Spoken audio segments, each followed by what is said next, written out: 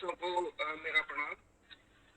मेरा एक प्रश्न है कि जैसे अभी बवाना में जो हमारी मीटिंग हुई थी, उसमें काफी लोग थे और जहाँ पे समय दिया है, तो जैसे अभी कुछ प्रैक्टिकल अगर वहाँ हम करके दिखा सके, जैसे अभी आसपास अगर कुछ क्राइम होता है या कुछ गलत गतिविधि होती है, तो अभी हम उस पे क्या कर सकते हैं। मान लो किसी की कोई कंप्लेंट आती है, तो उस पर हमारा भी क्या एक्शन हो सकता है, कुछ वो किस तरीके से होगा, मेरे को ये जानना है।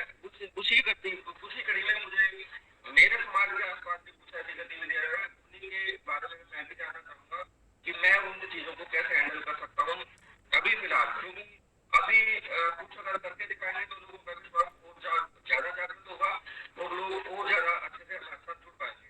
धन्यवाद। देखिए, आपकी बात का बड़ा साधारण सा जवाब है। वैसे तो समाधान मुझे जो देना है वो 2023 और 2024 में जब सत्ता आपके हाथ में आएगी तब देना है। लेकिन हमें इस बात को ध्यान रखना है कि हमारे भाई जो संकट में हैं, जिनके पैर में बिमाई फटी हुई है, उन्हें तत्कालिक राहत मिलना बहुत आवश्यक है। लिहाजा इसके लिए मेरा सलाह है कि ऐसी जो जगह हैं वहाँ पर लोगों से अपील करिए, वहाँ पर एक कार्यालय खोल दीजिए। कार्यालय में एक कार्यालय प्रभारी बना दीजिए जो पूर्वकालिक होने की ज़रूरत नहीं है, एक आध घंटे बैठ जाए और लोगों की जो भी समस्याएं आती हैं, विशेष तौर पर अपराध से संबंधित, क्योंकि जनरली या तो अपराध पे कार्रवाई नहीं हो रही है, या सुनवाई नहीं हो रही है, या गलत फंसाया जा रहा है। ये दो तीन तरीके की चीज़ें होती हैं। लिहाजा यदि किसी के साथ अपराध हुआ है और पुलिस संज्ञान नहीं ले रही है, तो इसके लिए बड़ा आसान तरीका है कि सेक्शन 39 सीआरपीसी हर व्यक्ति के ऊपर ये जिम्मेवारी सौंपता है कि यदि कोई संज्ञेय अपराध घटित हुआ है तो उस संज्ञेय अपराध को पुलिस को संसूचित करना हर नागरिक की जिम्मेवारी है। ऐसा सेक्शन 39 सीआरपीसी में लिखा हुआ है। और यदि आप इस जिम्मेवारी का निर्वहन नहीं करते हैं तो इसमें जूरिस्प्रूडेंस को बदल दिया गया है।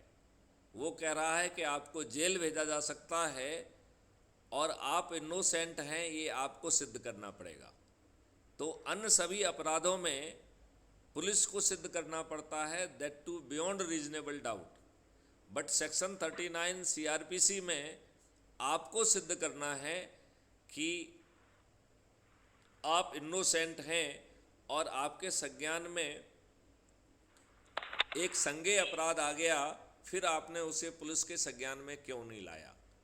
तो मैं यहाँ पर ज़रा तकनीकी ढंग से इसको समझाने की कोशिश करूँगा कि हमारा कार्यालय में एक व्यक्ति को, जिसके बारे में विचार विमर्श करके कि वो कोई आपराधिक टाइप का व्यक्ति नहीं होना चाहिए, ठीक व्यक्ति होना चाहिए, उसे जो है ऑथराइज सिग्नेटरी, अधिकृत हस्ताक्षरकर्ता जो है ना, उसे घोषित किया जाएगा।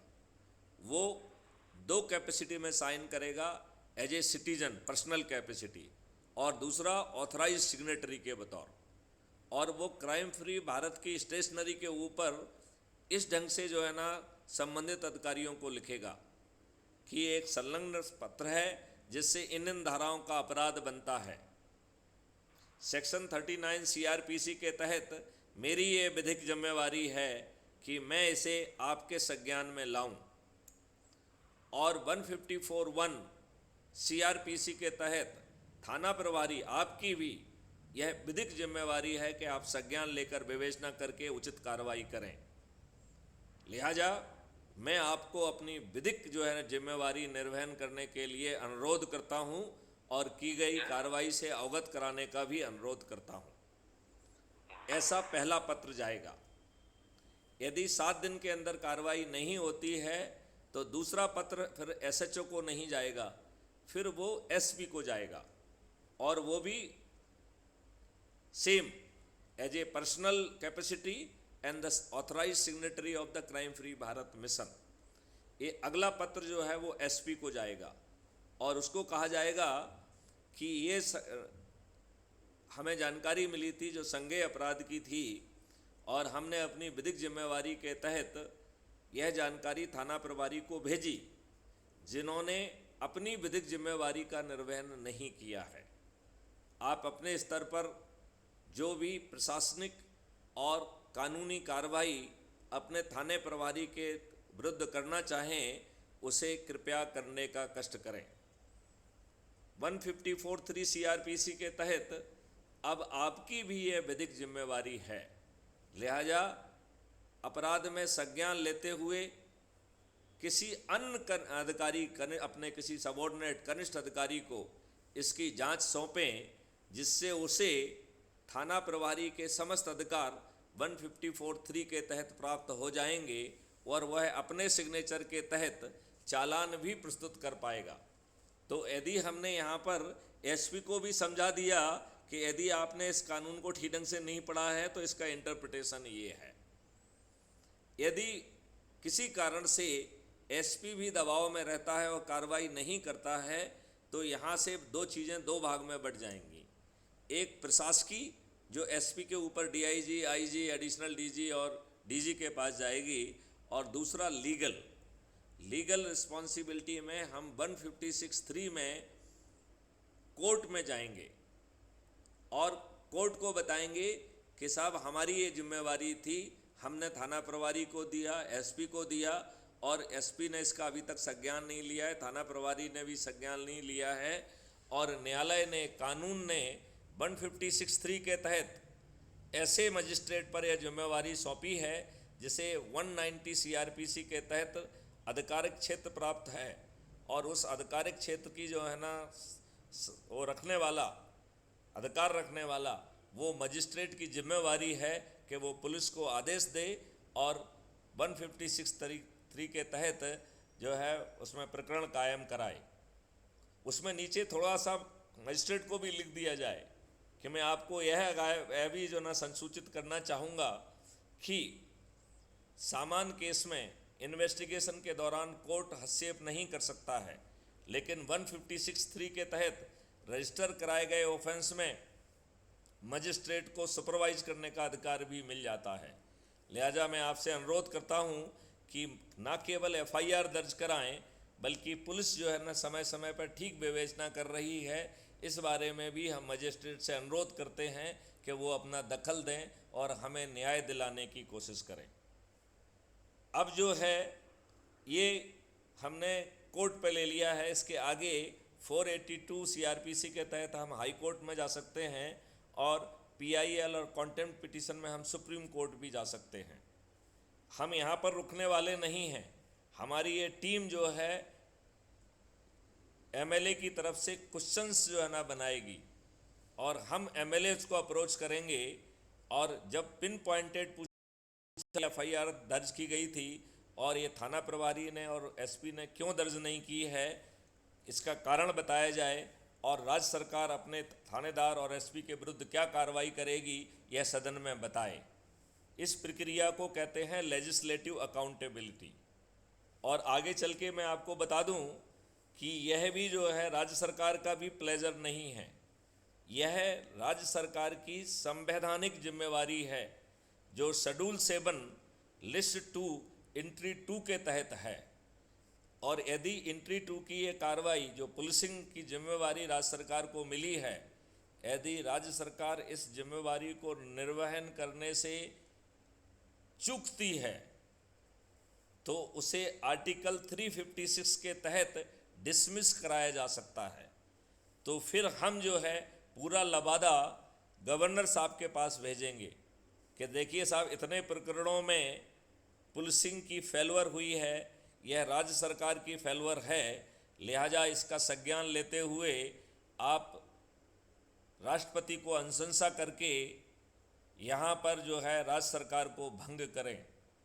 और चूँकि गवर्नर महोदय भी किसी पॉलिटिकल पार्टी को ही रिप्रेजेंट करते हैं, तो वो आपके अनुकूल निर्णय कदापि नहीं लेंगे। लिहाजा कोर्ट में पिटीशन लगाकर फिर गवर्नर को भी आदेश दिलाया जाएगा। मैं आपको इस बात में ये बात इतनी इसलिए समझा रहा हूँ कि आज के विधान में जब हम नियम कानून वही गुलामों वाले रखे हुए हैं, इसके रहते हुए भी हम इनको नतमस्तक करा सकते हैं। बस केवल हमें अपने पे उतरने की ज़रूरत है। और चंद महीनों की बात है, फिर तो जो अपने संवैधानिक अधिकारों का और अपने वैधानिक अधिकारों का प्रयोग नहीं करेगा, उसे बिना विभागीय जांच किए हुए आर्टिकल 311(2) पार्ट बी को जो है ना इन्वोक करते हुए उसे सेवा से बर्खास्त कर दिया जाएगा, उसे सेवा से डिसमिस कर दिया जाएगा। जब सत्ता में बैठे लोगों को हमारे दृढ़ संकल्प का पता पड़ेगा तो वो भयभीत हो जाएंगे, वो अपने राजनेताओं और आकाओं के इशारों में चलने से मना कर देंगे। यह कुछ महीनों में होने वाला है। हालांकि जैसा कि होता है, हम लोग भी किसी भी इवेंचुअलिटी के लिए तैयार करें। बाबा जय गुरुदेव की का जो है आशीर्वाद और संबल हमारे साथ रहेगा। हमको कहीं डरने की ज़रूरत नहीं है। आगे चल के अपराध मुक्त भारत मिशन की स्टेशनरी पहुंच जाएगी। इससे ही जो है ना थाना प्रभारी और वरिष्ठ अधिकारी हिल जाएंगे और मजिस्ट्रेट भी हिल जाएंगे। यह कोई अतिशयोक्ति नहीं है। इसे अपराध मुक्त भारत मिशन का और बाबा जय गुरुदेव जी का शंखनाद के रूप में यदि आप देखेंगे तो आप में ज़्यादा जो है शक्ति जागृत होगी। मुझे लगता है कि जिस भाई ने भी यह बात पूछी है उसे शायद जवाब मिल गया है, और वो सबसे पहले संगोष्ठियां करके वहाँ कार्यालय खोल के ये जो व्यवस्था हम चाह रहे हैं, इस व्यवस्था को ज़मीन पे उतारेंगे तो हमारे भाइयों को जो आज लोग तंग कर रहे हैं, आप ये बताइए, चाहे वो रेवड़ी वाला हो, चाहे वो जो है ठेला वाला हो, चाहे वो टैक्सी वाला हो, जो ये अवैध वसूली हो रही है, ये कौन सा न्याय है? ये पूरा भ्रष्टाचार है और पूरी व्यवस्था भ्रष्टाचार में लिप्त है। अब समय आ गया है कि क्राइम फ्री भारत मिशन आज ही अपने लोगों को राहत दिलाने की जो है कार्रवाई करे, और आगे चल के तो इन दुष्ट लोगों को वो दंड मिलेंगे। और मैं एक चीज़ एक बता दूं कि प्रशासनिक व्यवस्था में बैठे लोग बहुत समझदार होते हैं। जब उनको समझ में आता है कि ये पार्टी चुनाव में हारने वाली है, तो वो जो है दूसरी पार्टी को पहले से ही थामना शुरू कर देते हैं। यही कारण है शासन बदल जाते हैं, लेकिन जो बहुत टैक्टिकल ऑफिसर माने जाते हैं वो भीम के जो अंगद के पैर की तरह उनका पैर जो है ना जमा रहता है। सत्ता बदलती रहती है लेकिन वो महत्वपूर्ण पदों पर ही बैठे रहते हैं। तो ये बहुत ज़्यादा जो टैक्टिकल ऑफिसर हैं, उन्हें जैसे ही अपनी पूरी योजना की जानकारी मिलेगी, वह उसके अंदर की गर्मी को महसूस कर पाएंगे और वो आपको ऐसा अवसर ही नहीं देंगे कि आपको बात को जो है इस हद तक खींचना पड़े। लेकिन हमें ज़मीन पर लड़ाई लड़ना होगी, और ज़मीन पर लड़ाई हमें समभाव से लड़ना होगी। हमें किसी को बहुत ज़्यादा जो है अनुनय विरोध नहीं करना है। लगेगा तो हम रजिस्टर्ड डाक से अपनी मेल भेजें, हमें व्यक्तिगत रूप से भी मिलने की ज़रूरत नहीं है। लेकिन बीच बीच में हम व्यक्तिगत रूप से मिलें भी, और ज़रूरत हो तो अपने राष्ट्रीय अध्यक्ष से भी उनकी बात कराएं, और वो रिकॉर्डेड बात होगी, उनको बताया जाएगा कि रिकॉर्डेड है। यदि वो सही निर्णय नहीं लेंगे तो वो आगे चल के उनके लिए फांसी का फंदा बनेगा। मुझे विश्वास है ज़मीनी राहत भी मिलेगी और लोगों को जो है ना उसका फ़ायदा भी मिलेगा। तो मेरे ख्याल से ये प्रश्न जो है अशोक कुमार गौतम जी ने पूछा है, मैं उनको सुनना चाहूँगा कि उन्हें पूरी बात समझ में आ गई है क्या? अशोक जी प्लीज। जी sir, thank you, thanks a lot. आपको अपनी बात का पूरा समग्र समाधान मिल गया है या नहीं मिला है? सर इतनी जल्दी नहीं, लेकिन हाँ काफी हद तक हो गया समाधान। एक बार नहीं, देखिए हमने तो आपको प्रक्रिया समझाई है। समाधान तो तब होगा जब अपन प्रक्रिया का पालन करेंगे। प्रक्रिया सर अच्छी है, लेकिन थोड़ी सी लंबी है, टाइम लगेगा समझने में। बिल्कुल लंबी नहीं है, ये स्टेशनरी के पहुंचते ही लोग बाग हिल जाएंगे। लेकिन यदि हम जो है संज्ञान नहीं लेंगे, और लिखित में ठीक ढंग से जैसा हम बता रहे हैं यदि वैसी कार्रवाई नहीं करेंगे तो आपकी समस्याओं का कभी भी निदान नहीं होगा। क्योंकि आप एक दूध देती गाय हैं, आपको डरा धमका के आपसे पैसा वसूला जा रहा है। अरे भाई, दूध देती गाय किसको बुरी लगती है? तो आप दूध देती गाय बनने की बजाय लात मारने वाली गाय भी बनना पड़ेगा आपको, और इतनी जोर से लात मारिए कि सामने वाले का जबड़ा हिल जाए, वो दोबारा जो है आपके थन के पास आने की हिम्मत भी नहीं करेगा।